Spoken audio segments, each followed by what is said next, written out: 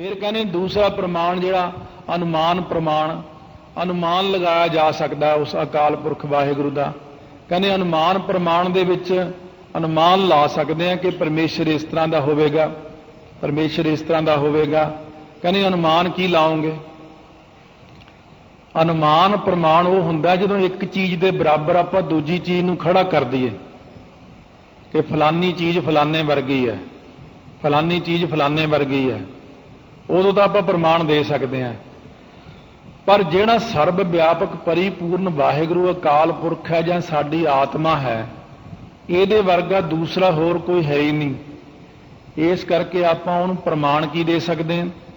वो प्रमाण भी इन्होंने निखेध कर दिता। तीजा प्रमाण जिहड़ा आउंदा निखेध प्रमाण, उहदे विच हुंदा उपमान प्रमाण। उपमान प्रमाण विच भी निखेध कर दिता। किवें कि आप ओहदी उपमा नहीं कह सकते। न लागन का है कछु है, लवै का अर्थ है बराबर। अगम गोचर साहिब वो दूसर लवै न लावै।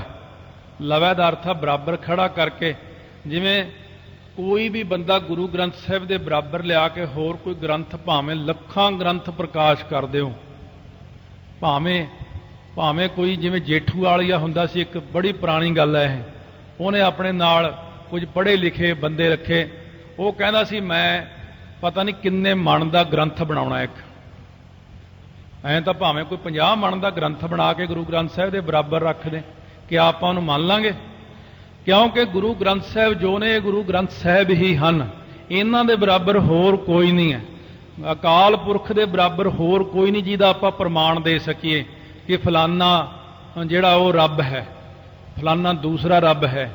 इस करके आपां महाराज कहने उपमान प्रमाण भी नहीं दे सकते कि ये फलानी चीज़ फलाने वर्गी है, उहदे विच जैसा तू तैसा तू ही क्या उपमा दीजा। चौथा देव जी महाराज जो साढ़े ते बख्शिश कर रहे ने, जिन्ना क हजम हो जाए उन्ना क आपां रोज छकते हैं।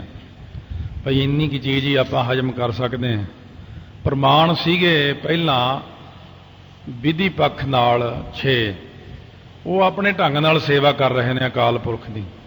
नखेद पक्ष वाले अपने ढंग नाल सेवा करते हैं। नखेद पक्ष विच आपां श्रवण कर ले प्रमाण पहले 3। सो जिहड़ा चौथा प्रमाण है इहनूं अर्थापति प्रमाण कहंदे ने।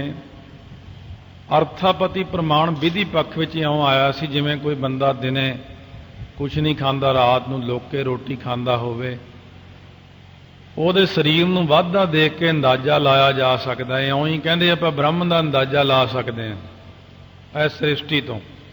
ਇਹ ਤਾਂ ਵਿਧੀ ਪੱਖ ਵਾਲੇ ਕਹਿੰਦੇ ਨੇ। ਪਰ ਨਖੇਦ ਪੱਖ ਵਾਲੇ ਕਹਿੰਦੇ ਨੇ ਨਹੀਂ, ਸਰੀਰ ਦਾ ਬੋਧ ਖਾਣਾ ਖਾਣ ਨਾਲ ਤਾਂ ਹੋ ਸਕਦਾ ਹੈ, ਅੰਨ ਖਾਣ ਨਾਲ, ਕਿਉਂਕਿ ਅੰਨਮय ਕੋਸ਼ ਹੈ ਇਹ। ਪਰ ਕਿਉਂਕਿ ਜਿਹੜਾ ਬ੍ਰਹਮ ਹੈ, ਜਿਹੜੀ ਆਤਮਾ ਹੈ, ਆਤਮਾ ਸਰਬ ਵਿਆਪਕ ਹੈ, ਜੋ ਇਹ ਆਤਮਾ ਦਾ ਬੋਧ ਕਿਸੇ ਅੰਦਾਜ਼ੇ ਨਾਲ ਨਹੀਂ ਹੋ ਸਕਦਾ, ਕਿਉਂਕਿ ਮਨ ਬਾਣੀ ਤੋਂ ਅਵਿਸ਼ੇ ਹੈ। ਮਨ ਬਾਣੀ ਦਾ ਵਿਸ਼ਾ ਨਹੀਂ ਹੈ। ਭਾਵ ਜ਼ੁਬਾਨ ਨਾਲ ਬਾਣੀ ਦਾ ਭਾਵ ਮਨ ਕਰਕੇ, ਅੱਖਾਂ ਨਾਲ ਨਹੀਂ ਦੇਖਿਆ ਜਾ ਸਕਦਾ, ਉਹਨੂੰ ਹੱਥਾਂ ਨਾਲ ਪਕੜਿਆ ਨਹੀਂ ਜਾ ਸਕਦਾ। ਇਸ ਕਰਕੇ ਉਹ ਬ੍ਰਹਮ ਆਪਣੇ ਵਿੱਚ ਆਪ ਹੀ ਹੈ। ਸੋ ਫਿਰ ਉਸ ਤੋਂ ਬਾਅਦ ਪੰਜਵਾਂ ਪ੍ਰਮਾਣ ਜਿਹੜਾ ਦਿੱਤਾ ਅਨਉਪਲਬਧੀ ਪ੍ਰਮਾਣ ਹੈ। ਇਹਨੂੰ ਵੀ ਨਿਖੇਧ ਕਰਦੇ ਨੇ ਉਹ। ਅਨਉਪਲਬਧੀ ਪ੍ਰਮਾਣ ਵਿੱਚ ਇਸ ਪ੍ਰਕਾਰ ਜੋ ਆਇਆ ਸੀ ਕਿ ਕਿਸੇ ਨੇ ਕਿਹਾ ਫਲਾਣੇ ਥਾਂ ਦੈਂਤ ਰਹਿੰਦਾ ਜਾਂ ਦਿਓ ਰਹਿੰਦਾ, ਲੋਕਾਂ ਨੇ ਯਕੀਨ ਕਰ ਲਿਆ ਸੀ। ਪਰ ਇਸ ਪਾਸੇ ਨਿਖੇਧ ਪੱਖ ਵਿੱਚ ਅਨਉਪਲਬਧੀ ਪ੍ਰਮਾਣ ਵਿੱਚ ਇਹ ਗੱਲ ਉਹ ਕਹਿੰਦੇ ਨੇ ਕਿ ਇਸ ਤਰ੍ਹਾਂ ਹੋ ਹੀ ਨਹੀਂ ਸਕਦਾ, ਕਿਉਂਕਿ ਉਹ ਅਕਾਲ ਪੁਰਖ ਜਿਹਨੂੰ ਆਪਾਂ ਇਹ ਨਹੀਂ ਕਹਿ ਸਕਦੇ ਕਿ ਉਹ ਵਾਹਿਗੁਰੂ ਕਿਸੇ ਦੇਸ਼ ਵਿੱਚ ਰਹਿੰਦਾ, ਕਿਉਂਕਿ ਇੱਕ ਦੇਸ਼ ਵਿੱਚ ਨਹੀਂ ਰਹਿੰਦਾ ਉਹ। ਫਿਰ ਉਹ ਕਾਲ ਵਿੱਚ ਨਹੀਂ ਹੈ, ਸਮੇਂ ਵਿੱਚ ਨਹੀਂ ਹੈ। ਫਿਰ ਉਹ ਵਸਤੂ ਵਿੱਚ ਨਹੀਂ ਹੈ। ਵਸਤੂ ਜਿਹੜੀ ਆਈ ਸੀ ਥੋੜ੍ਹੀ ਜਿਹੀ ਔਖੀ ਆਈ ਸੀ, ਆਪਾਂ ਸੁਣੀ ਵੀ ਸੀ, ਪ੍ਰਾਗਿਆ ਨਾਮੇ ਜੀਵ ਜਿਹੜਾ। ਸੋ ਇਸੇ ਪ੍ਰਕਾਰ ਉਹ ਜਾਗਰਤ ਅਵਸਥਾ ਵਿੱਚ ਜਿਹੜਾ ਰਹਿੰਦਾ ਹੈ, ਵਿਸ਼ਵ ਨਾਮੇ ਜੀਵ, ਸੁਖੋਪਤ ਅਵਸਥਾ ਦਾ ਅਭਿਮਾਨੀ, ਇਹ ਚੀਜ਼ਾਂ ਜਿਹੜੀਆਂ ਸੁਣੀਆਂ ਸੀ ਇਹਨੂੰ ਵਸਤੂ ਕਹਿੰਦੇ ਨੇ। ਵਾਹਿਗੁਰੂ ਦੇਸ਼ ਕਾਲ ਵਸਤੂ ਕਰਕੇ ਖੰਡਨ ਨਹੀਂ ਹੋ ਸਕਦਾ, ਕਿਉਂਕਿ ਉਹ ਭੂਤ ਭਵਿੱਖ ਵਰਤਮਾਨ ਤਿੰਨਾਂ ਸਮਿਆਂ ਵਿੱਚ ਹਾਜ਼ਰ ਰਹਿੰਦਾ ਹੈ। ਇਸ ਕਰਕੇ ਉਹ ਵਾਹਿਗੁਰੂ ਕਿ ਸਰਬੱਤਰ ਦੇਸ ਹੈ ਕਿ ਸਰਬੱਤਰ ਭੇਸ ਹੈ। ਮਹਾਰਾਜ ਕਹਿੰਦੇ ਸਾਰਿਆਂ ਦੇਸ਼ਾਂ ਵਿੱਚ, ਸਾਰਿਆਂ ਭੇਸ਼ਾਂ ਵਿੱਚ, ਉਹਨੂੰ ਖੰਡਨ ਕਿੱਥੋਂ ਕਰੋਗੇ? ਅਖੰਡ ਚੇਤਨ ਅਕਾਲ ਪੁਰਖ ਵਾਹਿਗੁਰੂ ਹੈ, ਉਹਨੂੰ ਆਪਾਂ ਖੰਡਨ ਨਹੀਂ ਕਰ ਸਕਦੇ। ਜਲ ਥਲ ਮਹੀਲ ਪੂਰਿਆ ਸੁਆਮੀ ਸਿਰਜਣਹਾਰ, ਅਨਕ ਭਾਂਤ ਹੋਏ ਪਸਰਿਆ ਨਾਨਕ ਏਕ ਓੰਕਾਰ। ਹੁਣ ਆ ਗਿਆ ਸ਼ਬਦਾਪਤੀ ਪ੍ਰਮਾਣ। ਸ਼ਬਦਾਪਤੀ ਪ੍ਰਮਾਣ ਵਿੱਚ ਆਪਾਂ ਸੁਣਿਆ ਸੀ ਜਿਵੇਂ ਕਿਸੇ ਨੇ ਪਲਟਣ ਵਿੱਚੋਂ ਆ ਕੇ, ਉਸੇ ਦੀ ਪਲਟਣ ਦੇ ਬੰਦੇ ਨੇ ਪਿੰਡ 'ਚ ਆ ਕੇ ਉਹਦੇ ਪਿਤਾ ਨੂੰ ਕਿਹਾ ਤੁਹਾਡਾ ਪੁੱਤਰ ਸੂਬੇਦਾਰ ਬਣ ਗਿਆ। ਯਕੀਨ ਹੋ ਗਿਆ ਸੁਣ ਕੇ। ਪਰ ਨਖੇਧ ਪੱਖ ਵਾਲੇ ਇਹਦਾ ਵੀ ਖੰਡਨ ਕਰਦੇ ਨੇ। ਕਰਦੇ ਦੋਨੋਂ ਹੀ ਸੇਵਾ ਨੇ, ਪਰ ਉਹਨਾਂ ਦੀ ਸੇਵਾ ਉਸ ਤਰੀਕੇ ਨਾਲ, ਉਹਨਾਂ ਦੀ ਸੇਵਾ ਉਸ ਤਰੀਕੇ ਨਾਲ। ਜਿਨ ਸੇਵਿਆ ਤਿਨ ਪਾਇਆ ਮਾਨ। ਜਿਨ੍ਹਾਂ ਨੇ ਸੇਵਾ ਕੀਤੀ ਉਹਨਾਂ ਨੇ ਮੰਨਣ ਪ੍ਰਾਪਤ ਕੀਤਾ। ਅਕਾਲ ਪੁਰਖ ਦਾ ਮੰਨਣ ਰਾਹੀਂ ਗਿਆਨ ਹੁੰਦਾ। ਸ਼ਬਦਾਪਤੀ ਪ੍ਰਮਾਣ ਹੈ। ਕਥਨ ਕਹਿਣ ਕੋ ਸੋਝੀ ਨਾਹੀਂ। ਹੁਣ ਇਹ ਨਖੇਧ ਪੱਖ ਵਾਲੇ ਕਹਿੰਦੇ ਨੇ ਬਈ ਕਥਨ ਅਤੇ ਕਹਿਣ ਨੂੰ ਕੁਛ ਕਹਿ ਹੀ ਨਹੀਂ ਸਕਦੇ ਅਕਾਲ ਪੁਰਖ ਬਾਰੇ, ਇਹਦੀ ਸੋਝੀ ਨਹੀਂ ਪੈ ਸਕਦੀ। ਕਹਿੰਦੇ ਫਿਰ ਸੋਝੀ ਕਿਹਨੂੰ ਪੈਂਦੀ ਹੈ? ਜੋ ਪਿੱਖ ਹੈ ਤਿਸ ਬਨ ਆਵੈ। ਇਹ ਤਾਂ ਜਿਹੜਾ ਦਰਸ਼ਨ ਕਰਦਾ ਨਾ ਉਸ ਨੂੰ ਹੀ ਬਣ ਆਉਂਦਾ ਬਸ। ਕਬੀਰ ਚਰਨ ਕਮਲ ਕੀ ਮੌਜ ਕੋ ਕਹੋ ਕੈਸੇ ਅਨੁਮਾਨ, ਕਹਿਬੇ ਕੋ ਸੋਭਾ ਨਹੀਂ ਦੇਖਾ ਹੀ ਪ੍ਰਵਾਨ। ਕੀ ਤੁਸੀਂ ਕਹੋਗੇ ਉਹਦਾ ਪ੍ਰਮਾਣ ਦੇ ਕੇ? ਸ਼ਬਦ ਪ੍ਰਮਾਣ ਰਾਹੀਂ ਨਹੀਂ ਆਪਾਂ ਜਾਣ ਸਕਦੇ। ਇਹ ਤਾਂ ਬਸ ਜਿਹਨੇ ਦੇਖਿਆ, ਕਹੋ ਕਬੀਰ ਗੂੰਗਾ ਗੁੜ ਖਾਇਆ, ਪੁੱਛੇ ਤੇ ਕਿਆ ਕਹੀਐ। ਇਸ ਕਰਕੇ ਉਹ ਇਸ ਢੰਗ ਨਾਲ ਆਪਣੀ ਸੇਵਾ ਕਰਦੇ ਨੇ। ਜਿਨ ਸੇਵਿਆ ਤਿਨ ਪਾਇਆ ਮਾਨ। ਉਹਨਾਂ ਨੇ ਮੰਨਣ ਗਿਆਨ ਦੇ ਰਾਹੀਂ ਪਰਮੇਸ਼ਰ ਨੂੰ ਪ੍ਰਾਪਤ ਕੀਤਾ ਹੈ। ਇਸ ਕਰਕੇ ਉਹ ਕਹਿੰਦੇ ਨੇ ਕਿ ਵਾਹਿਗੁਰੂ 6 ਪ੍ਰਮਾਣਾਂ ਦੁਆਰਾ ਵੀ ਅਵਿਸ਼ੇ ਹੈ। ਫਿਰ ਉਹ ਕਿਵੇਂ ਹੈ? ਕਹਿੰਦੇ ਵਾਹਿਗੁਰੂ ਸਵੈ ਅਨੁਭਵ ਪ੍ਰਮਾਣ ਸਰੂਪ ਹੈ। ਉਹ ਆਪਣੇ ਆਪ ਤੋਂ ਆਪ ਹੀ ਪ੍ਰਮਾਣ ਰੂਪ ਹੈ। ਜਿਵੇਂ ਇੱਕ ਵਾਰੀ ਬੜੀ ਪੁਰਾਣੀ ਗੱਲ ਹੈ, ਆਖੇ ਮਹਾਰਾਜ 10ਵੇਂ ਪਾਤਸ਼ਾਹ ਤੇ ਫਿਲਮ ਬਣਾਉਣ ਲੱਗੇ ਸੀ। ਤਾਂ ਫਿਲਮ ਬਣਾਉਣ ਲੱਗੇ ਕਿ 10ਵੇਂ ਪਾਤਸ਼ਾਹ ਫਿਲਮ ਬਣਾਉਣੀ ਹੈ। ਤਾਂ ਫਿਰ ਜਦੋਂ ਸਾਰਿਆਂ ਨੂੰ ਜਾ ਕੇ ਸੰਤਾਂ ਮਹਾਤਮਾ ਨੂੰ ਪੁੱਛਦੇ ਰਹੇ ਕਿ ਅਸੀਂ ਫਿਲਮ ਬਣਾਉਣੀ ਆ, ਇਜਾਜ਼ਤ ਦਿਓ। ਤੇ ਇੱਕ ਮਹਾਤਮਾ ਕਹਿਣ ਲੱਗੇ ਵੀ ਦੇਖੋ ਉਹ ਜਿਹੜਾ ਐਕਟਰ ਸੀ ਨਾ 10ਵੇਂ ਪਾਤਸ਼ਾਹ, ਉਹ ਆਪ ਹੀ ਸੀ। ਉਹਦੀ ਰੀਸ ਹੋਰ ਕੋਈ ਨਹੀਂ ਕਰ ਸਕਦਾ, ਉਹਦੇ ਬਰਾਬਰ ਹੋਰ ਕੋਈ ਨਹੀਂ ਜਾ ਸਕਦਾ। ਇਸ ਕਰਕੇ ਅਕਾਲ ਪੁਰਖ ਜਿਹੜਾ ਕੁਛ ਹੈ ਉਹ ਆਪੇ ਹੀ ਆਪ ਹੈ, ਉਹਨੂੰ ਕਿਸੇ ਪ੍ਰਮਾਣ ਦੀ ਲੋੜ ਨਹੀਂ ਪੈਂਦੀ। ਇਸੇ ਕਰਕੇ ਉਹ ਸਵੈ ਅਨੁਭਵ ਪ੍ਰਮਾਣ ਸਰੂਪ ਆਪ ਹੀ ਆਪ ਹੈ। 10ਵੇਂ ਪਾਤਸ਼ਾਹ ਦਿੰਦੇ ਨੇ ਇਹਦਾ ਪ੍ਰਮਾਣ ਜਾਪ ਸਾਹਿਬ ਦੇ ਵਿੱਚ, ਅਨੁਭਵ ਪ੍ਰਕਾਸ਼ ਨਿਸ ਦਿਨ ਅਨਾਸ। ਇਹ ਇਹਨਾਂ 6 ਪ੍ਰਮਾਣਾਂ ਦਾ ਖੰਡਨ ਕਰਦੇ ਨੇ ਮਹਾਰਾਜ ਸੱਚੇ ਪਾਤਸ਼ਾਹ ਵੀ। ਕਹਿੰਦੇ ਉਹ ਤਾਂ ਅਨੁਭਵ ਪ੍ਰਕਾਸ਼ ਹੈ, ਰਾਤ ਦਿਨ ਪ੍ਰਕਾਸ਼ਮਾਨ ਕਰਨ ਵਾਲਾ ਸਾਰਿਆਂ ਦੇ ਤਾਂ ਹੀ। ਇਸ ਕਰਕੇ ਜਿਨ ਸੇਵਿਆ ਤਿਨ ਪਾਇਆ ਮਾਨ। ਜਿਨ੍ਹਾਂ ਨੇ ਜਿਵੇਂ ਵੀ ਸੇਵਾ ਕੀਤੀ ਹੈ ਉਹਨਾਂ ਨੇ ਉਸੇ ਪ੍ਰਕਾਰ ਹੀ ਮਾਨ ਤੋਂ ਭਾਵ ਮੰਨਣ ਗਿਆਨ ਨੂੰ ਪ੍ਰਾਪਤ ਕੀਤਾ ਹੈ। ਨਾਨਕ ਗਾਵੀਐ ਗੁਣੀ ਨਿਧਾਨ। ਨਾਨਕ ਤੋਂ ਭਾਵ ਗੁਰੂ ਨਾਨਕ ਦੇਵ ਜੀ ਫਰਮਾਉਂਦੇ ਨੇ ਗੁਣੀ ਨਿਧਾਨ, ਜਿਹੜਾ ਗੁਣਾਂ ਦਾ ਖਜ਼ਾਨਾ ਹੈ ਅਕਾਲ ਪੁਰਖ ਵਾਹਿਗੁਰੂ, ਉਹ ਨਿਧਾਨ ਤੋਂ ਭਾਵ ਖਜ਼ਾਨਾ। ਉਸ ਖਜ਼ਾਨੇ ਨੂੰ ਗਾਵੀਐ ਕਿਵੇਂ? ਕਹਿੰਦੇ ਇਕੱਲੇ ਨਾ ਗਾਇਓ, ਆਪਣੇ ਆਪ ਹੀ ਗੁਰਾਂ ਦੇ ਰਾਹੀਂ ਗਾਇਓ, ਸੰਗਤ ਦੇ ਨਾਲ ਮਿਲ ਕੇ ਗਾਇਓ। ਇਕੱਲਾ ਬੰਦਾ ਕਦੇ ਸਫਲਾ ਨਹੀਂ ਹੋਇਆ ਸੰਗਤ ਤੋਂ ਬਿਨਾਂ, ਸਤਿਗੁਰੂ ਤੋਂ ਬਿਨਾਂ, ਵੀ ਮੈਨੂੰ ਗੁਰੂ ਦੀ ਲੋੜ ਨਹੀਂ, ਮੈਂ ਤਾਂ ਆਪਣੇ ਆਪ ਹੀ ਤਰ ਜਾਵਾਂਗਾ। ਤਾਂ ਮਹਾਰਾਜ ਕਹਿੰਦੇ ਨਾਨਕ ਗਾਵੀਐ ਗੁਣੀ ਨਿਧਾਨ। ਗਾਵੀਐ ਸੁਣੀਐ ਮਨ ਰੱਖੀਐ ਭਾਉ। ਕਹਿੰਦੇ ਗਾਵੀਐ ਗਾਓ, ਗਾਉਣਾ ਕਰੋ ਪਹਿਲਾਂ ਆਪਣੀ ਜ਼ੁਬਾਨ ਦੇ ਨਾਲ ਉਹਦੇ ਨਾਮ ਨੂੰ, ਬਾਣੀ ਨੂੰ। ਫਿਰ ਸੁਣੀਐ, ਫਿਰ ਧਿਆਨ ਦੇ ਨਾਲ ਸੁਣਨਾ ਕਰੋ। ਗਾਵੀਐ ਸੁਣੀਐ, ਫਿਰ ਮਨ ਮੰਨਣ ਕਰੋ ਉਹਦਾ। ਫਿਰ ਰੱਖੀਐ ਤੋਂ ਭਾਵ ਉਹਨੂੰ ਵਸਾਉਣਾ ਕਰੋ ਆਪਣੇ ਹਿਰਦੇ ਦੇ ਵਿੱਚ। ਫਿਰ ਹੁੰਦਾ ਹੈ ਭਾਵ ਪ੍ਰਕਾਸ਼। ਰੱਖੀਏ ਦਾ ਅਰਥ ਹੈ ਨਿਧਿਆਸਣ ਕਰਨਾ। ਇਹ ਤਿੰਨ ਚੀਜ਼ਾਂ ਆਮ ਕਥਾ 'ਚ ਸਾਰੇ ਹੀ ਕਹਿੰਦੇ ਨੇ ਕਿ ਸ਼ਰਵਣ, ਮੰਨਣ, ਨਿਧਿਆਸਣ, ਇਸ ਦੀ ਕਮਾਈ ਕਰੋ। ਸ਼ਰਵਣ ਕਰੋ, ਫਿਰ ਮੰਨਣ ਕਰੋ, ਫਿਰ ਨਿਧਿਆਸਣ ਕਰੋ। ਪਰ ਮਹਾਰਾਜ ਸੱਚੇ ਪਾਤਸ਼ਾਹ ਕਹਿੰਦੇ ਨੇ ਕਿ ਆਪਾਂ ਪਹਿਲਾਂ ਸੁਣ ਆਏ ਆ ਇਹ ਸਾਰੀਆਂ ਚੀਜ਼ਾਂ, ਕਿ ਹੁਣ ਸ਼ਰਵਣ ਦਾ ਜਿਹੜਾ ਹੈ ਭਾਵ ਕੀ ਹੈ, ਮੰਨਣ ਦਾ ਭਾਵ ਕੀ, ਮੰਨਣ ਕਿਹਨੂੰ ਕਹਿੰਦੇ ਨੇ, ਇਹਦੀ ਉਤਪਤੀ ਕਿੱਥੋਂ ਹੋਈ ਆ, ਅਸਲ ਵਿੱਚ ਇਹ ਹੈ ਕੀ, ਤੇ ਨਿਧਿਆਸਣ ਕਿਹਨੂੰ ਕਹਿੰਦੇ ਨੇ, ਕਮਾਈ ਕਰਨ ਨੂੰ। ਇਹ ਨਿਧਿਆਸਣ ਦਾ ਭਾਵ ਕੀ ਹੈ। ਜੇ ਆਪਾਂ ਨੂੰ ਮੂਲ ਰੂਪ ਵਿੱਚ ਕਿਸੇ ਗੱਲ ਦਾ ਪਤਾ ਹੀ ਨਹੀਂ, ਇਹਨਾਂ ਚੀਜ਼ਾਂ ਨੇ ਜਨਮ ਕਿੱਥੋਂ ਲਿਆ ਜਾਂ ਇਹਨਾਂ ਦਾ ਭਾਵ ਕੀ ਹੈ, ਫਿਰ ਆਪਾਂ ਇਹ ਤਾਂ ਸਾਰੀ ਜ਼ਿੰਦਗੀ ਕਹੀ ਜਾਵਾਂਗੇ ਬਈ ਸ਼ਰਵਣ, ਮੰਨਣ, ਨਿਧਿਆਸਣ ਕਰੋ ਬਈ, ਪਰ ਇਹਦਾ ਗਿਆਨ ਹੋਣਾ ਜ਼ਰੂਰੀ ਹੈ। ਹੁਣ ਸਤਿਗੁਰੂ ਮਹਾਰਾਜ ਪਹਿਲਾਂ ਤਾਂ ਆਪਾਂ ਨੂੰ ਇਹੀ ਕਹਿੰਦੇ ਨੇ ਕਿ ਗਾਵੀ ਹੈ। ਜਦੋਂ ਕਹਿੰਦੇ ਨੇ ਗਾਵੀ ਹੈ ਬਾਣੀ, ਸਤਿਗੁਰੂ ਜੀ ਜਦੋਂ ਬਾਣੀ ਗਾਉਂਦੇ ਨੇ, ਸੁਣਾਉਂਦੇ ਨੇ, ਜੇ ਆਮ ਬੰਦਾ ਅੱਜ ਦੇ ਯੁੱਗ 'ਚ ਕਹੇ ਵੀ ਮਹਾਰਾਜ ਤਾਂ ਹੁਣ ਬਾਣੀ ਸੁਣਾਉਂਦੇ ਨਹੀਂ, ਗੁਰੂ ਗ੍ਰੰਥ ਸਾਹਿਬ ਤਾਂ ਹੁਣ ਬੋਲਦੇ ਨਹੀਂ, ਨਹੀਂ ਮਹਾਰਾਜ ਬੋਲਦੇ ਨੇ। ਸਤਿਗੁਰੂ ਜੀ ਆਪਣੇ ਆਪ ਨਹੀਂ ਅਵਾ ਤਵਾ ਬੋਲਦੇ। ਇਹ ਉਹ ਗੱਲ ਨਹੀਂ ਹੈ ਕਿ ਐਵੇਂ ਬੈਠੇ ਗੱਲਾਂ ਕਰੀ ਜਾਣ। ਇਹ ਤਾਂ ਜੇ ਕੋਈ ਆ ਕੇ ਪਿਆਰ ਨਾਲ ਤਾਬਿਆ ਬੈਠੇਗਾ, ਮੰਗਲ ਕਰੇਗਾ, ਮਹਾਰਾਜ ਦੇ ਦਰਸ਼ਨ ਕਰੇਗਾ, ਜਦੋਂ ਬਾਣੀ ਨੂੰ ਬੋਲਦਾ ਹੈ, ਜੇ ਕੋਈ ਕਿਸੇ ਦੀ ਚਿੱਠੀ ਪੜ੍ਹ ਕੇ ਆਖੇ ਕਿ ਚਿੱਠੀ ਲਿਖਣ ਵਾਲਾ ਮੈਂ ਆ, ਇਹ ਤਾਂ ਨਹੀਂ ਹੋ ਸਕਦਾ। ਉਹ ਜਿਹੜਾ ਬੋਲਦਾ ਨਾ ਅਸਲ ਵਿੱਚ ਉਹ ਤਾਂ ਉਹੀ ਬੋਲਦਾ ਜਿਹਦੀ ਚਿੱਠੀ ਆਈ ਹੋਈ ਹੈ।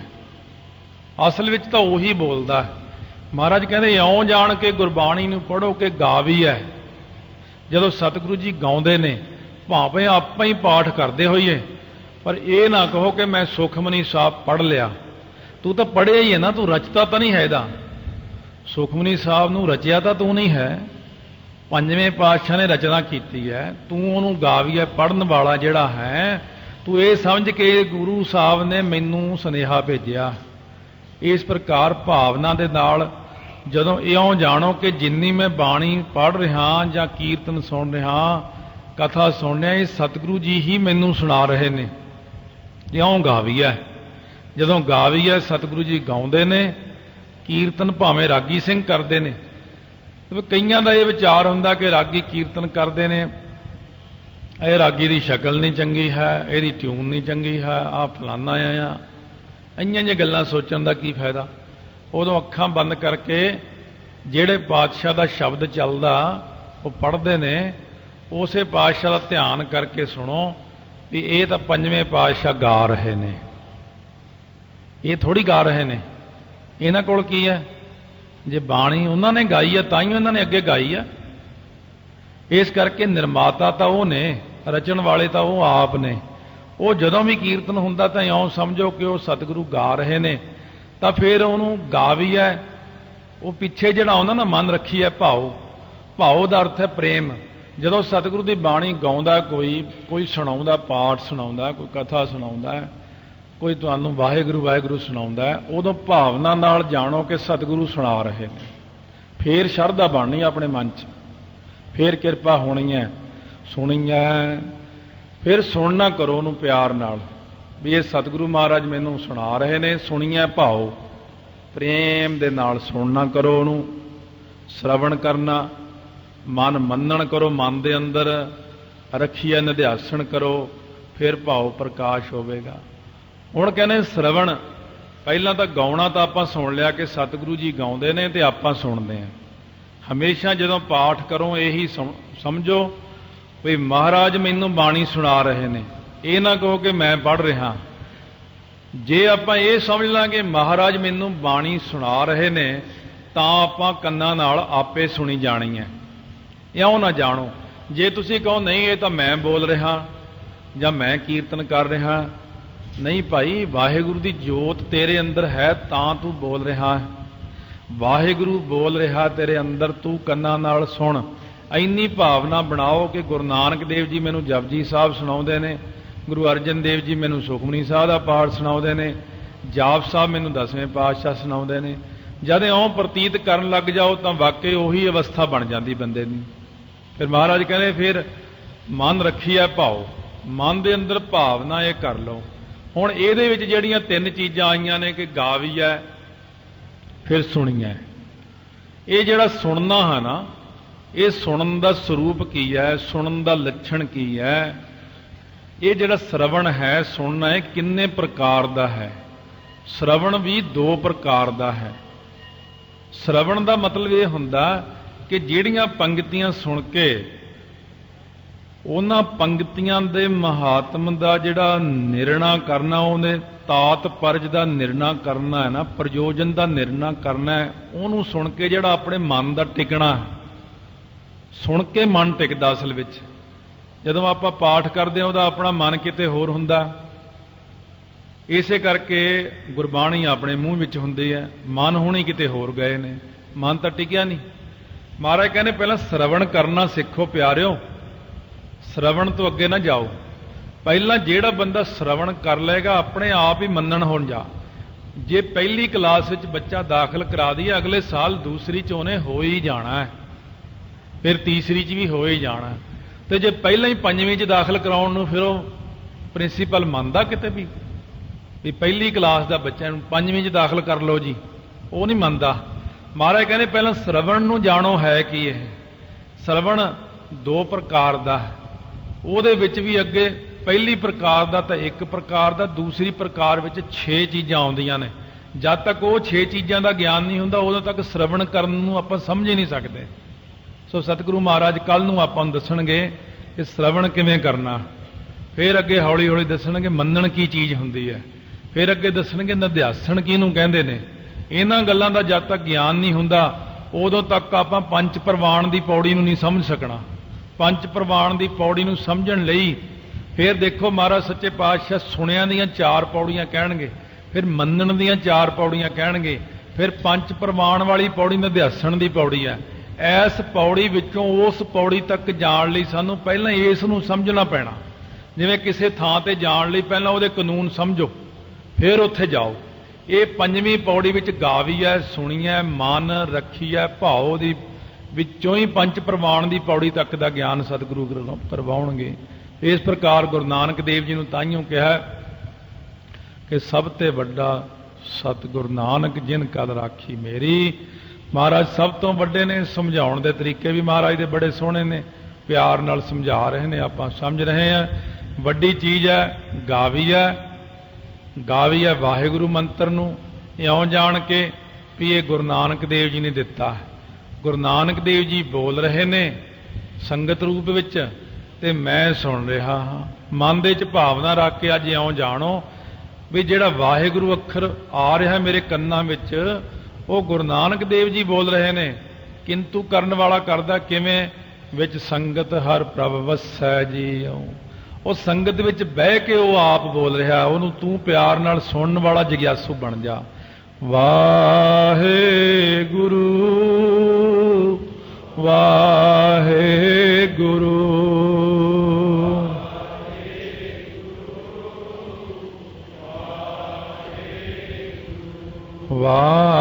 ਵਾਹਿਗੁਰੂ ਵਾਹਿਗੁਰੂ।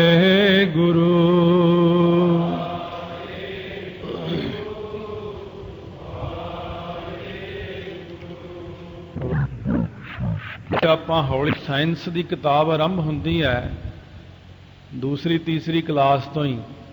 ਬੜਾ ਛੋਟਾ ਜਿਹਾ ਇੱਕ ਪ੍ਰਸੰਗ ਹੁੰਦਾ, ਇੱਕ ਫੁੱਲ ਦਾ ਹੀ।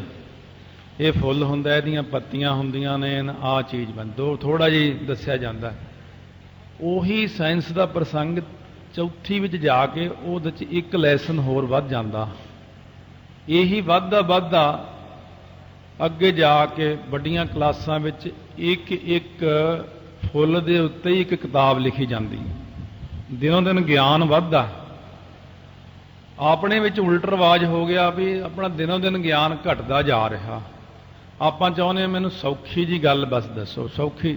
ਸੌਖੀ ਕਰਦਿਆਂ ਕਰਦਿਆਂ ਫਿਰ ਗੱਲ ਦਾ ਆਨੰਦ ਨਹੀਂ ਬਣਦਾ। ਇਸ ਕਰਕੇ ਹਮੇਸ਼ਾ ਇਹ ਸਿੱਖੋ ਕਿ ਗਿਆਨ ਬਹੁਤਾ ਮਿਲੇ ਮੈਨੂੰ। ਜਦ ਤੱਕ ਕਿਸੇ ਚੀਜ਼ ਦਾ ਆਪਾਂ ਨੂੰ ਗਿਆਨ ਨਹੀਂ ਹੈ ਉਦੋਂ ਤੱਕ ਉਹਦੀ ਕਦਰ ਨਹੀਂ ਹੈ। ਇਸ ਪ੍ਰਕਾਰ ਉਦਾਹਰਨ ਵਜੋਂ ਹੀ ਇੰਨਾ ਕਿ ਮੈਂ ਕਹਿ ਦਿੰਦਾ, ਜਾਂ ਕੋਈ ਬੰਦੇ ਨੇ ਦਿੱਲੀ ਸ਼ਹਿਰ ਨਹੀਂ ਦੇਖਿਆ, ਪਿੰਡ ਵਿੱਚ ਰਹਿੰਦਾ, ਕਹਿੰਦੇ ਨੇ ਲੋਕ ਕਿ ਦਿੱਲੀ ਗਿਆ ਸੀ ਮੈਂ, ਦਿੱਲੀ ਆ। ਹੁਣ ਪਿੰਡ 'ਚ ਰਹਿਣ ਵਾਲਾ ਜਿਹੜਾ ਬੰਦਾ ਉਹ ਸਮਝਦਾ ਵੀ ਇਹ ਵੀ ਕੋਈ ਪਿੰਡ ਹੋਣਾ ਵੱਡਾ ਸਾਰਾ, ਉਹਨੂੰ ਗਿਆਨ ਨਹੀਂ ਹੈ। ਫਿਰ ਇੱਕ ਵਾਰੀ ਉਹਨੂੰ ਬੰਦਾ ਇੱਕ ਦਿੱਲੀ ਲਿਗਿਆ, ਉਹਨੂੰ ਘੁਮਾਇਆ ਫਿਰਾਇਆ, ਉਹ ਹਫ਼ਤਾ ਲੱਗ ਗਿਆ ਘੁੰਮਦਿਆਂ ਨੂੰ ਦਿੱਲੀ। ਉੱਥੇ ਜਾ ਉੱਥੇ ਜਾ, ਕਹਿੰਦਾ ਵੀ ਬਹੁਤ ਵੱਡੀ ਹੈ ਦਿੱਲੀ। ਜਦ ਹੁਣ ਪਿੰਡ ਬੈਠੇ ਨੂੰ ਉਹਨੂੰ ਫੇਰ ਕੋਈ ਕਹੇ ਵੀ ਦਿੱਲੀ ਦੇਖੀ, ਤਾਂ ਉਹਦੇ ਅੱਖਾਂ ਦੇ ਮੂਹਰੇ ਸਾਰੀ ਦਿੱਲੀ ਆ ਜਾਏ। ਦਿੱਲੀ ਅੱਖਰ ਤਾਂ ਛੋਟਾ ਜਿਹਾ ਪਰ ਹੈ ਬੜਾ ਵੱਡਾ ਬਈ।